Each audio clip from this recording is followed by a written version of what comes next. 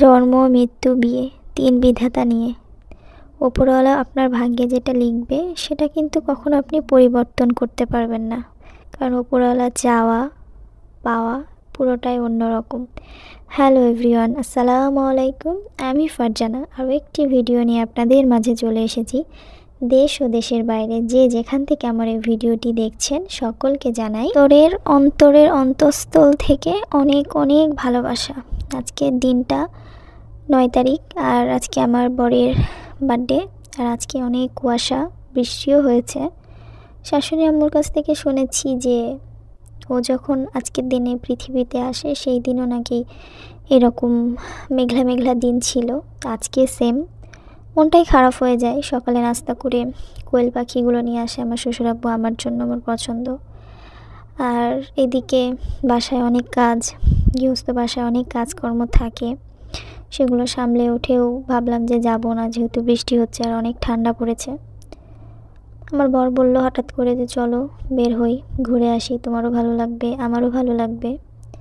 যেই বলা সেই কাজ, বের হয়ে গেলাম ঠিক সন্ধ্যার পরে। যাদের রাজশাহীতে বাসা তারা হয়তো বা সিএমবি চেনেন। আমরা রাজশাহী ইউনিভার্সিটির দিকেও যাই নাই, ভাবলাম এই দিকটাই যাই, আর কিছুক্ষণ থেকেই চলে আসবো। আর প্লেসটা অনেক সুন্দর। তো যেই বলা সেই কাজ, চলে আসছে। আমার বরকে একটা ছোট্ট সারপ্রাইজ দেই। আমার দেবর হচ্ছে, দেবরকে বললাম যে আমরা তো যাচ্ছি। ওরা বললো আচ্ছা ভাবি, তাহলে ভাইয়াকে সারপ্রাইজ দেওয়া যাক। ওরা কেক ফুল নিয়ে চলে আসে। আমি ফোন করে আস্তে আস্তে মেসেজে বলে দেই। ইচ্ছা ছিল অনেক বড় করে কিছু একটা করার। আজকে ওর বার্থডে, বাসাতেও সেরকমভাবে পায়েস করা হয় নাই। আম্মু একটু অসুস্থ, বাসায় কাজ সব মিলিয়ে আম্মু পেরে ওঠেনি। আর যখন দেখলাম যে বৃষ্টি হচ্ছে, আমিও কিছু করব না, মন খারাপ হয়ে যায়। সাডেনলি প্ল্যান করে ফেলি যে দেবরকে বলি, ভাগিনাকে বলি যে কিছু একটা করো। ওরা কেক নিয়ে আসে। তো তারপরে এসে আমি ওর চোখটা বেঁধে ধরি আর ওরা নিয়ে আসে। ও বুঝতে পারে নাই যে আমি ছোট্টখাটো এতটুকু প্ল্যান করব। তো চোখ বাঁধা দেখে আপুগুলো হ্যাপি অ্যানিভার্সারি বলে। তো আসলে ওর বার্থডে ছিল, অ্যানিভার্সারি ছিল না। পরে ওদেরকে আমরা কেক দিই, আমার ভাগিনাকেও কেক খাওয়াই। ওরা আসলে বলছিল না না কেকের কোনো প্রয়োজন নাই। আপুগুলো অনেক ভালো ছিল, আর মাশাল্লাহ প্রত্যেকটা আপু অনেক কিউট ছিল। কিছুক্ষণ সিএমবিতে থেকে চলে গেলাম, নতুন একটা রেস্টুরেন্ট হয়েছে। আর যেহেতু রাত আর কুয়াশা, প্লেসটা অনেক সুন্দর, আমার খুব ভালো লেগেছে। আমি সারপ্রাইজড হয়ে যাই যে এত সুন্দর জায়গা, ভাবিনি যে এতটা সুন্দর একটা জায়গায় নিয়ে আসবো। যেহেতু আমার ভাগিনা আর আমার দেবরটা আগে আসছে, ওরা বললো ভাবি এই জায়গাটা অনেক সুন্দর, চলেন আপনাদের কিছু ছবি উঠিয়ে দিই। আসলে আমরা মানুষরা প্ল্যান করি এক আর হয়ে যায় আর এক, এরকমটাই আসলে আল্লাহর পরিকল্পনা আসলে অন্যরকম। কখনো ভাবিনি যে এই মানুষটা আমার জীবনসঙ্গী হবে, আসলেই কল্পনা করিনি। বিয়ের একদিন আগে পর্যন্তও না, হুটহাট বিয়ে। শোনাবো আপনাদেরকে কোনো একদিন আমার গল্প। তো যাই হোক, আমি বিশ্বাস করি ভাগ্যে আপনার যেটা লেখা থাকবে সেটাই হবে। উপরওয়ালা যেটা আপনার জন্য লিখে রাখবে সেটা কিন্তু আপনার যেভাবে হোক আসবে। আর যেটা আপনার ভাগ্যে নাই সেটার জন্য হাজার যুদ্ধ করলেও আসবে না। অযথা সেটার জন্য আমাদের সময় নষ্ট করা বা সেটার পেছনে ছোটা হয়, এটা আপনি আমি কেউই বুঝবো না যতদিন না পর্যন্ত ওই পরিস্থিতি আমরা যেতে পারবো বা ওই পরিস্থিতি থেকে আমরা আসতে পারবো।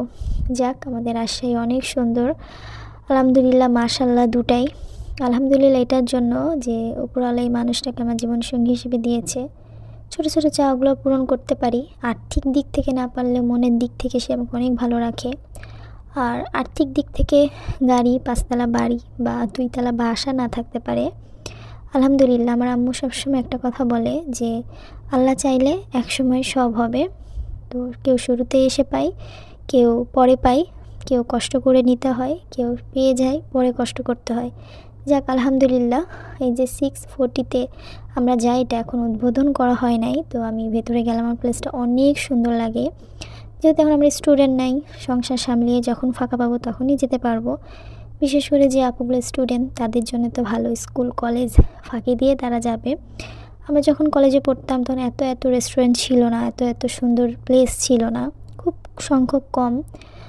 এখন অনেক কলেজের পাশে সব জায়গায় এটা আপনারা অনেকেই চেনেন এটা কোথায়, তো অবশ্যই যাবেন। প্লেসটা অনেক সুন্দর, এর পাশেও একটা রেস্টুরেন্ট আছে, তবে এই ডেকোরেশনটা আমার বেশি ভালো লাগে। তো এখানে এসে আমরা অনেক ফটো উঠিয়ে দেয়, ওগুলো সব কিছু তো আর শেয়ার করতে পারি না, তারপরেও যতটুকু করেছি। অনেক ভয়ে যে এগুলো যে দিচ্ছি এবার ফ্যামিলি থেকে কোনো কিছু বলবে কি না। আমরা গৃহিণীরা বা ম্যারিড লাইফের মেয়েরা স্বাধীনতাভাবে চলতে পারি না, অনেক কিছু মেনটেন করতে হয়। আসলে মেয়েদের এত স্বাধীনতার প্রয়োজন নাই, কথাটা কেন বললাম অনেকে অন্যভাবে নেবেন। আজকালকার দিনে মেয়েরা রিলেশনের নামে, ছেলেরাও রিলেশনের নামে একজন একজনকে ধোঁকা দেয়, অনেক কিছুই হয়, সেটা আমরা দেখতেই পাই। তো আজকে সেগুলো কথায় না আসি। তো এই তো আমরা তারপরেও কিছু কিছু ক্লিপ নিই, অনেক সুন্দর হয়। এই যে ভিডিওটা আমি নিজে করি, আর আমার দেবর, আমার ভাগিনা আমাদের অনেক ভিডিও উঠিয়ে দেয়, অনেক সুন্দর সুন্দর মুহূর্ত, যেগুলো আমি এখানে শেয়ার করতে পারিনি। তো আজকের ভিডিওটার কোনো অংশে যদি ভালো লেগে যায় অবশ্যই like, comment, subscribe and share করে দিবেন। আজকে ভালো লাগছে না, হয়তো আমার ভিডিওটা একদিন ভালো লেগেও যেতে পারে। আসসালামু আলাইকুম, আল্লাহ হাফেজ।